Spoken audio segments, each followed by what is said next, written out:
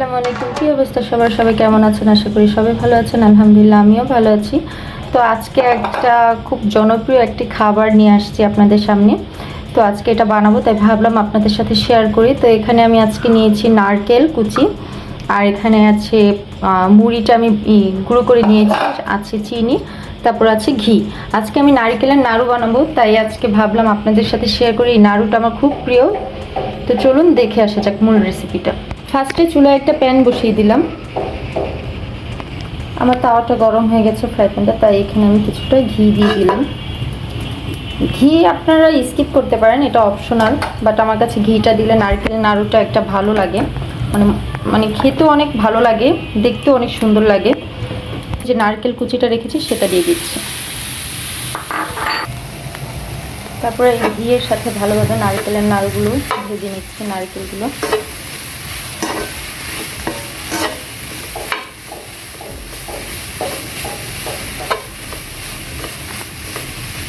এভাবে একটু ভেজে নিচ্ছি। যখন একটু হালকা করে ভাজতে হবে, যেন নিচে না পুড়ে যায়, একটু নাড়াচাড়া দিতে হবে। তাহলে নারকেলের যে একটা কালার আছে, একটু হালকা বাদামি রঙের আসা আগ পর্যন্ত আমরা ওয়েট করব।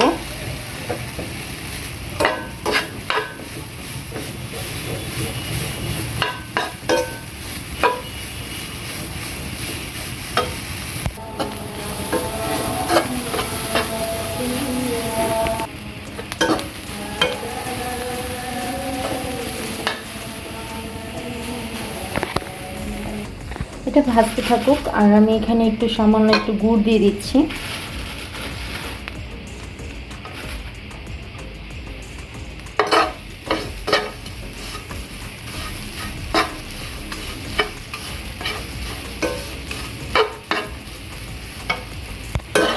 ফার্স্টে আমি একটু গুড় দিয়েছি, তারপরে এখানে আমি চিনি দেবো। আগে গুড়টা গলে নিই, তারপরে গুড়টা দিলে একটা নাড়ুর যে একটা লাল লাল ফ্লেভার আসে, ওই মানে একটা কালার আসে, সেই কালারটা আসবে।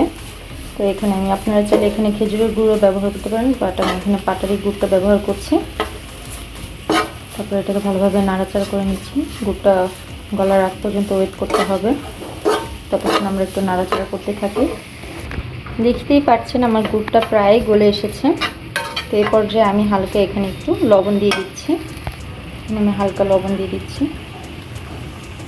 অনেকেই আছে মিষ্টিতে লবণ খায় না, বাট আমার কাছে মিষ্টিতে একটু লবণ জিনিসটা দিলে ভালো লাগে। মানে মিষ্টিতে একটু লবণ দিলে মিষ্টিটা পুরোপুরি বোঝা যায়। তারপর এইটাও আমার গুড়টা প্রায় গলে এসেছে, কয়েকটা গলার আগ পর্যন্ত ওয়েট করতে হবে। তারপরে এখানে দিয়ে দিচ্ছি আমি পরিমাণ মতো চিনি। তারপরে এখানে আমি দিয়ে দিচ্ছি স্বাদ মতো চিনি। যেহেতু আমি গুড় দিয়েছি, তাই আমি অল্প একটু চিনি দিব। আপনারা যে যেরকম মিষ্টি খান ওই রকম মিষ্টি দিবেন, বাট আমার কাছে নাড়ুতে একটু চিনি হলে, মিষ্টি হলে ভালো লাগে। তবে একটু ভালোভাবে মিশিয়ে নিচ্ছি। এটা হালকা একদম গুড়টা গলে যাবে, আর এটা একটু লাল লাল রং আসা পর্যন্ত আমাকে ওয়েট করতে হবে।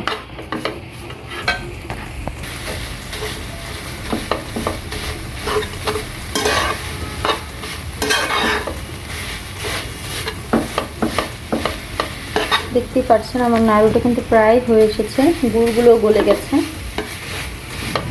একটু ভালোভাবে মিক্স করে নিচ্ছি, গুড়টা যেন ভালোভাবে গলে যায়।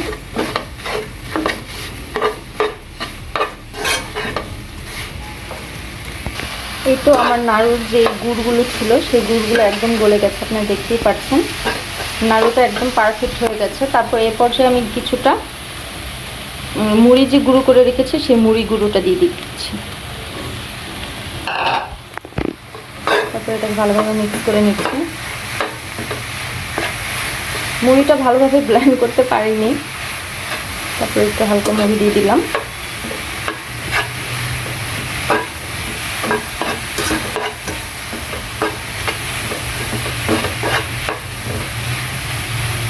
তারপর এই পর্যায়ে আমি দেখছি যে আমার নাড়ুটা কি আঠালো আঠালো হয়েছে কিনা। হ্যাঁ, আমার নাড়ুটা একদম পারফেক্ট হয়ে গেছে। এখন আমি এটা নামিয়ে ফেলছি, চুলা বন্ধ করে দিয়েছি। আমি এখন নাড়ুগুলো বানিয়ে নেব। আমার নাড়ুগুলো এগুলো একটু হালকা গরম থাকতেই বানাতে হবে। হালকা হাতে একটু পানি মেখে নিয়েছি, পানি দিয়ে ভিজিয়ে। তারপরে যে এরকম বল শেপের করে নাড়ুগুলো বানিয়ে নিচ্ছি। এখানে আমি ছোট ছোট করেই বানাচ্ছি। এইভাবে আমি সবগুলো নাড়ু বানিয়ে নিচ্ছি। একটু গরম অবস্থা থাকতে এটাকে নাড়ু বানাতে হবে, কারণ ঠান্ডা হয়ে গেলে এগুলো জমাট হয়ে যায়। এটা প্রচুর গরম, তা আমি একটু দেখাচ্ছি আপনাদের। এইভাবে বানিয়ে নিচ্ছি। তো আমার নাড়ুগুলো সবগুলো রেডি হয়ে গেছে।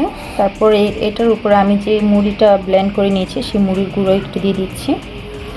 এটা সম্পূর্ণই অপশনাল, এটা জাস্ট দেখা সৌন্দর্যের জন্য দেওয়া। তারপর একটু হালকা নাড়া দিয়ে দিচ্ছি যেন সবগুলো নাড়ুতে লেগে যায়। এই তো মেশানো শেষ, আপনারা দেখতেই পাচ্ছেন। জাস্ট একটু ঝাঁকা দিয়েছি, সবগুলো মুড়ি একটার সাথে একটা লেগে গেছে। তো আপনাদের কাছে কেমন লাগলো আজকে নাড়ুটা কিন্তু একদম শক্ত হয়নি, একদম জাস্ট একদম সফট। এটা আর একটু যখন ঠান্ডা হবে তখন একটু জাস্ট একটু হবে, এত হার্ডও হবে না, এত সফটও থাকবে না, মিডিয়ামে থাকবে। বাট এই নাড়ুটা যদি এইভাবে বানিয়ে খেয়ে দেখেন, মাশাল্লাহ বলবো, এইভাবে নাড়ু বানিয়ে দেখবেন, আশা করি আপনাদের কাছে ভালো লাগবে। এভাবে নাড়ু খাওয়াটা আমার খুবই পছন্দ, নাড়ু আমার অনেক পছন্দ। আশা করি আপনাদের কাছেও ভালো লাগবে। যদি ভালো লেগে থাকে অবশ্যই চ্যানেলটা সাবস্ক্রাইব করবেন, একটা লাইক দিবেন, কমেন্ট করে জানাবেন কেমন হয়েছে। তো সবাই ভালো থাকবেন, সুস্থ থাকবেন, আমাদের জন্য দোয়া করবেন। এরকম নিত্য নতুন ভিডিও পেতে অবশ্যই আমার পাশে থাকবেন। তো আজকের ভিডিও পর্যন্ত, আল্লাহ হাফিজ।